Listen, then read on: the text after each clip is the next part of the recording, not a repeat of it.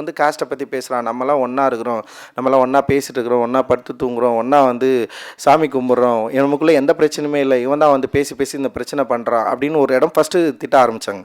அதுக்கப்புறம் என்ன பண்ணிட்டாங்கன்னா வந்து இவன் ஜாதி பேரை சொல்லி சம்பாதிக்க ஆரம்பிச்சிட்டான் அப்படின்னு. ஃபஸ்ட்டு வந்து எப்படின்னா இது மாதிரி படமே எடுக்கக்கூடாதுன்னு சொல்கிறாங்க. இந்த மாதிரி படம் எடுக்கிறதுக்கான வாய்ப்பே இல்லாமல் இருந்தது. ஓகே, அந்த மாதிரி படம் எடுத்து ஜெயிக்கிறோம்.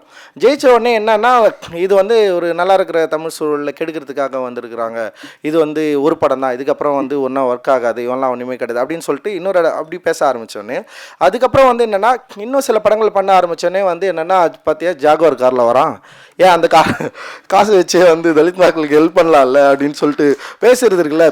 இப்போ உனக்கு என்ன தான் பிரச்சனை, நான் படம் பண்ணுறது பிரச்சனையா இல்லை வந்து படம் பண்ணுறதால எனக்கு கிடைக்கிற சம்பளத்தில் நான் சொந்த காசில் வந்து நான் கார் வாங்குறது பிரச்சனை, இது மாதிரி நிறைய இருக்குல்ல. ஆனால் இது எல்லாமே அவங்களுக்கு பிரச்சனையே கிடையாது. நான் படமே எடுக்கக்கூடாதுன்றா பிரச்சனை, அது வாய்ப்பே இல்லைல்ல. அதுக்கு அது வாய்ப்பே இல்லை. இன்னைக்கு வந்து வினைக்கு எதிர்வினை உண்டு, நீ வினை செஞ்சுட்டு எதிர்வினையை அனுபவிச்சுக்கோ.